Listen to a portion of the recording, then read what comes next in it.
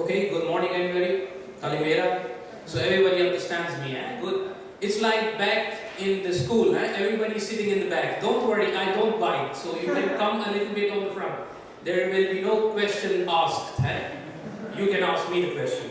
Okay, so I will give you in the next 15 to 20 minutes a brief information about Halal certification, how it works, and then we can have the question obviously after the two presentations, right? Yes. So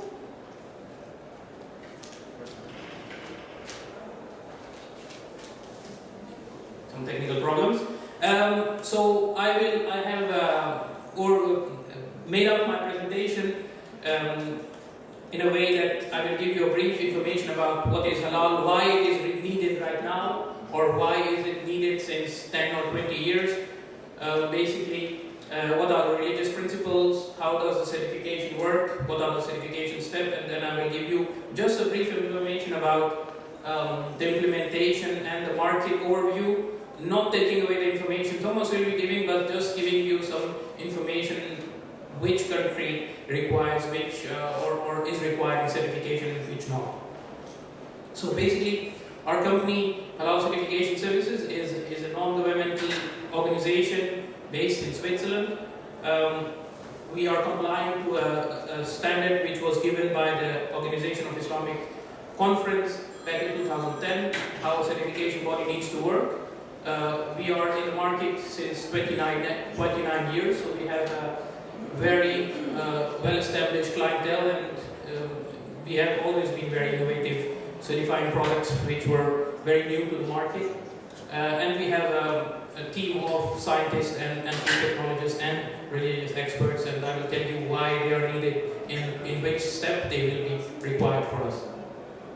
And last but not least, in order for you to export globally, we have the recognitions also in the world to cater for the market. So why certification halal certification becomes more and more important? Why do you get more requirements from the Muslim markets 10 years ago, 15 years ago? Why didn't you get any requirements? So it's, I think, because of the changing habits of the Muslims. Back in old days, mother will still cook at home, everybody will eat at home, everything will be cooked at home. Nowadays we are cooking ourselves, we are eating outside, we have a lot of products which are pre-cooked, we don't cook anymore at home. So that's why halal certification becomes more and more relevant, because of the globalization in the market, also Muslim market, they get aware about the products and ask you for certification of the specific product. What are the bases? Sorry, just a basic about Islam. As you know, I hope everybody knows that there are 5 pillars of Islam. So it's basically that we comply to that there is one God. Then we have the daily prayers, 5 times a day we have to do daily prayers. Then we have the fasting, which will start in June this year, 5th June till 5th July. Then we have to do once in a lifetime, we have to go to Makkah to do it's called a pilgrimage. And last but not least, for the needy people, we have to give every year a certain percentage of our earning as offering. And to fulfill one of the basic obligations, 5-time daily prayers, it is required that you are pure inside and outside. So outside purity is very simple. It comes by washing yourself before the prayer, or washing ourselves as Muslim before the prayers. But the main thing is you need to also be pure inside. So the inside purity comes with taking halal food to ourselves. So what does it mean now, halal certification or halal, when it comes to the food manufacturer? Basically, it revolves around these 2 basic parts. Sorry, the pointer will not show you, but I can tell you that document reservation in the middle and on-site audit are the 2 main features of certification. And it is basically, it involves everything around trust. Obviously, you are a manufacturer, I can't come and be in your manufacturing site for 365 days. I have to trust you and you have to trust me. So obviously the certification is a matter of maybe weeks. The on-site audit as such is usually a day where we will come and see on-site at that day how the production is done. But there needs to be trust between the company, between the auditor and the ones who are issuing the certificate. So that is very important. What are the prerequisites? First of all, I don't want to tell that halal is best of all the standards which are written here. It purely means that to implement halal in your production site or on your products, you need to have certain kind of prerequisite which will help you also to understand the process better. So it could be that you are fulfilling the state laws and regulation. It could be a HACCP implementation which you have already done. It could be IFS, BRC. And then organic, kosher and halal are basically the three standards which are mainly focused on products. So they are very product based. Okay? Please, if you have any question to the slides, just you can ask now, and general discussion we will have in the end. Yes, there is a question regarding the slides. Can you define the difference between halal and kosher? Let's put it to the end. I will come on the end. I can make just a short differentiation on halal and kosher. So the prerequisite, the halal certification process revolves around all the production steps. It starts from basically from R&D, when you basically design product, over regulatory, you are buying, incoming, storage, preparation, production, dispatch. So it covers all the different areas. It could be relevant, depending on the production, it could be one relevant to another, because R&D is usually a step which comes after the initial certification, because obviously R&D you will be producing new products which are fulfilling the requirement. Okay? There are basically three possibilities that you can actually have your company doing regarding halal. The first one is that your whole manufacturing site is halal certified and you are producing only halal products. For example, we are certified in Nespresso. So all three manufacturing sites of Nespresso are halal certified. So every coffee capsule which comes out is halal. That's it. There is no differentiation. Then you can say, okay, I don't want all my products and all my production, they are not compliant. I want just a few of my products to be certified. So obviously we can certify a line or certain products on a line. Here also, for example, we are certifying in Switzerland a manufacturer who is producing fats and oils. So obviously the animal fat is not certified because it's made out of pork. But the vegetable and the fish lines are certified. So they have segregated basically the production areas with walls, so it's clearly defined which area is halal and which not. But I will show you also some examples later on. And finally, in the end, you can also decide not to do halal certification. It's not a binding certification which you need to do. It's not obligatory. Okay? So what does it mean, halal certification or to be halal? So basically, first of all, we look into the raw materials. The raw materials are allowed if they are not mentioned in Quran that they are forbidden. And we classify the raw materials into two categories.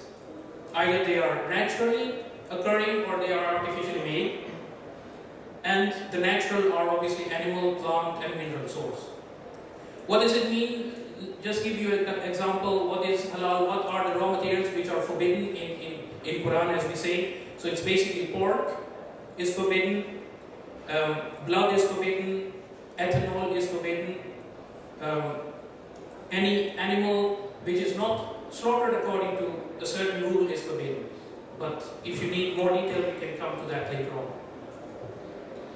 Okay, and plant-based raw material, if you have a plant-based raw material, it's basically not a problem because there only a problem occurs in extraction. If there is a fermentation taking place, as ethanol is forbidden, we need to make sure that there is no fermentation which is taking place because that could make the status of the raw material halal or non-halal. Okay, I will skip through this pretty easily and quickly so that we can come to the discussion if you have specific questions. So as I said, animal raw material, it should come from species which are allowed. For example, you can't slaughter pork according to Islamic law and claim that it's halal because it's a non-halal animal, so it remains non-halal. Basically, you can say every animal which is feeding itself on a vegetarian base is considered to be halal. So generally it's camel, cow, sheep, goat, horses are actually also halal, but they are usually not eaten by the Muslims. And any animal, any creature which is living inside the water and can only survive inside water is halal. There is no exception. Okay? And here, just to give you an overview on raw materials, which raw materials are considered to be halal by nature and which raw materials, when we come for an audit, we will go into more detail, need to have more information. So basically I have structured the one which are naturally occurring. So if you have, for example, if milk is coming from a halal animal, obviously, then it will be halal by nature. Honey as such, coming from honeybee, halal by nature. But if you're processing an animal ingredient, for example gelatin, there is a process involved to make gelatin, then there's a concern and we have to check. Plant the same, if you take apple as such is halal by nature. If you make an apple juice, then we have to see the process. Same microbial, there is no microbial source which is natural coming. It's usually, for example, milk bacteria, we have to see the process. And the same goes for minerals. Usually the minerals are not a problem, but could be sometimes we could ask you some questions. Okay? So basically concluding all this information which I have given you, we can say that halal food stuff is everything which is coming from raw materials which are clearly stated as halal, originating from animals which are permissible in Islam and slaughtered accordingly. Everything which is coming obviously from marine animals is halal. And last but not least, if you have anything which is dangerous to human health, everything which is dangerous to human health is not allowed. And it should not consist of ethanol and it should not be made out of ethanol. So vodka cannot be halal because it is clearly ethanol. Okay? Certification steps are basically very easy. First of all, like I said, we would assess the documents, we would assess the raw materials, what are the source of the raw materials and whether we need further information or not. So I have classified here the raw materials, which source they have and which would require us to have a certification, and where we can say, okay, you can show us a process flow, you can show us an MSDS, there is a questionnaire we have developed which we can send.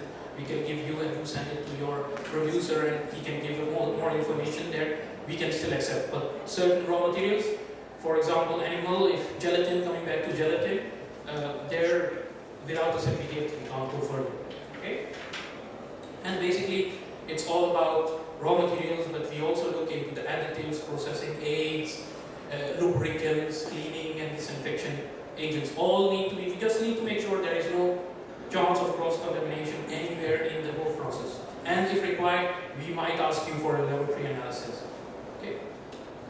And the production visit is usually about, if you have, depending on production, if you have different halal and non-halal production, how you are segregating the lines, how you are segregating the areas, cleaning, how you are, is the personnel adequately teached about the halal requirements, how you deal with rework. This is usually the issues we would look into and go basically through the flow of the product. And in the second year, if you have changes in the formulation, in the cleaning agent, maybe you have added any process, then we would go into detail of that. Implementation, obviously, depending on, you might need a work instruction, halal work instruction, which describes the basics of halal, how you are doing the work instructions, how you deal with storage, if you have halal and non-halal material, how you store it separately, how you do it with the production, different areas. You can see it here all regarding the halal certificates you're using, production details, labeling. But I think obviously we can share these these slides with you, so it's not a problem. You can take a look also later on.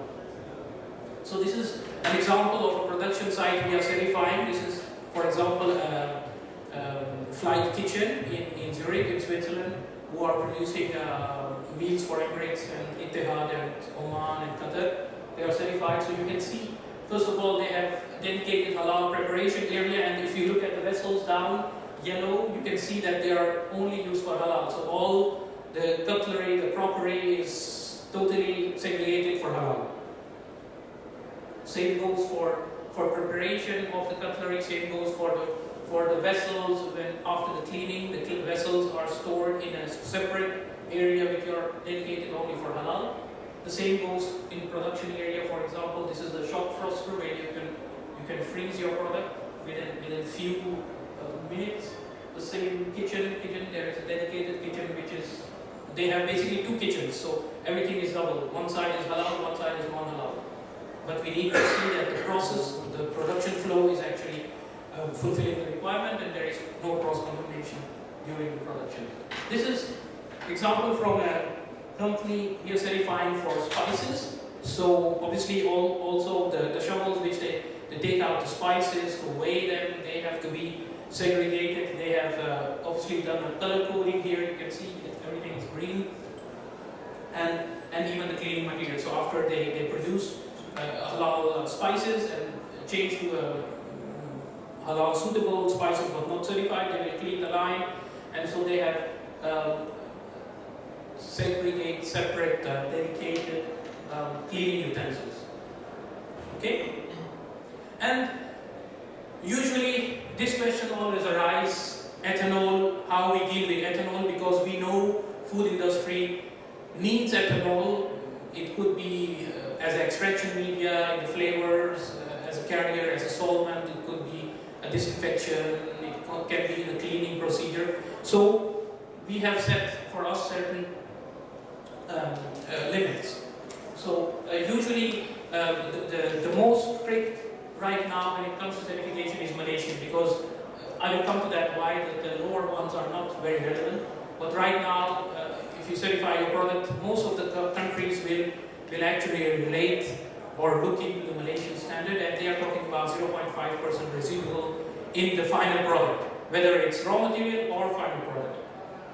Indonesia says 1% residual, and they say, Malaysia and Indonesia clearly says that the company has to show them that the ethanol is not being sourced from a wine industry. So obviously, which is not done. I know ethanol which is used in the food industry is usually chemically made, or it's very pure. It's 95% ethanol. You can't drink it.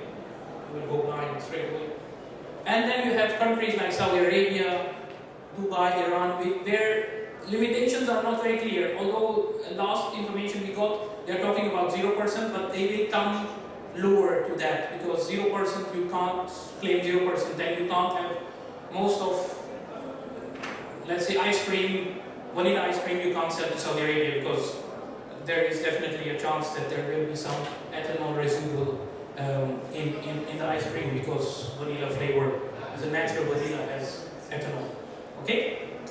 We ourselves, we have then gone a bit further and said that if it is a final product, it has to be lower than 0.05%, and if it's a raw material, it has to be 0.5%. Because we, in our team, the scientists have to come to a conclusion that 0.5% is, for a final product, still too high. It then again depends on the product, like vinegar, you will definitely find a bit more than 0.5% ethanol. Okay? This is an example again from an industry we are certifying, Nestle Maji Singen. I think everybody knows Maji. They are producing in Singen, they are making different products which we are certifying. So they have actually dedicated the whole production area inside the facility to halal. So you can see here is the entrance to the facility where they are cleaning the materials which are detachable. They will have a separate vessel where they will clean the line. This is production line. So they have, everybody knows what it is. It's a spray dryer, vacuum, spray dryer, roll dryer. So the product will be sprayed on a belt and it will get dried. So they put a liquid product in the beginning, and when it comes end of the roller, it's like a powder. It's dried cake, and then you can mill it, and then it's just powder. So within a few meters, it's dried completely. So they have two spray dryers, roll dryers, spray dryers, it's something else. One is halal and the other one is not, so it's clearly segregated. And then this is the dedicated production filling line, which is coming from the dryer down. And they even have a cleaning utensils. They have completely segregated the vacuum, where they fill the powder into boxes. Okay. Here, just to give you an overview of some of the logos which are around, and I will go quickly back because it's easier to show you. So if you look at these, my voice is loud enough, I think everybody can understand. So if you look at these logos, you will find there is actually this symbol which reoccurs every time in every logo. So it's just the Arabic word for halal. So every Muslim can read this and can recognize that this product is halal. So if you go to Thailand, if you ever go to Thailand, you will find, and Thailand is very interesting, it's a non-Muslim country with only 10 million Muslims, but they have certified the most numbers of halal products. They have more than 600,000 halal certified products. So if you go to a 7-Eleven, next time when you go to Thailand, look for this logo. You will find it almost on every product. Salt, egg, everything. It's amazing. Then you have Singapore and Malaysia. These are two state agencies, so they are governmental authorities who are giving the halal certification. And on the left down is Indonesia, one of the biggest countries, Muslim countries, so also doing halal. And this is obviously on the right side, you will see our logo. And last but not least, just a quick overview before I give the word to Thomas. Just an overview of the world, what is happening right now. So basically, the world is divided in certain areas. You will see here, you can see it clearly. So the dark green, the darkest green are the countries. When you export to these countries, they will eventually ask you to supply a certificate. Without a certificate, they might not do business with you. This is mostly Far Eastern countries, South Africa,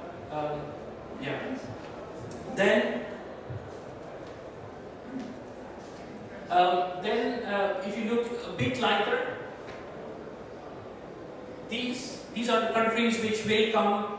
They are coming actually. They are coming in I think within a year they will come to that same level as the darkest green, where without a certification, a few countries will not allow you to sell your products. This is happening very quickly. Then you have Algeria. Algeria has passed a law that from last year, actually 2015, everything which is produced in Algeria and which is being imported into Algeria has to have halal. And then you have like the light green. These are the countries who are basically making the ingredients. So they will they are the ingredient manufacturers. In Europe, they will make the ingredients, certify them, and send it to the Far Eastern or the Muslim world to make the final product. Okay? So the conclusion is basically, when you go for a halal certification, choose your certifier wisely. He should have the recognition, preferably in the global market, because you don't know where your product will end up. He should have the expertise to actually understand your production and product and to certify it. He should have a good clientele base. He should have the experience. He should give you some sort of a customer service, because as we understand, we get like calls from our clients almost on a daily basis when they have some issues with the market or with acceptance, this and that. So there should be some kind of feedback always. And obviously the target market, where you are going to, what certification is required by the target market. Sometimes the client will even tell you which certifier you should work with. Okay? Yeah. Thank you very much. And we will come to the question afterwards. So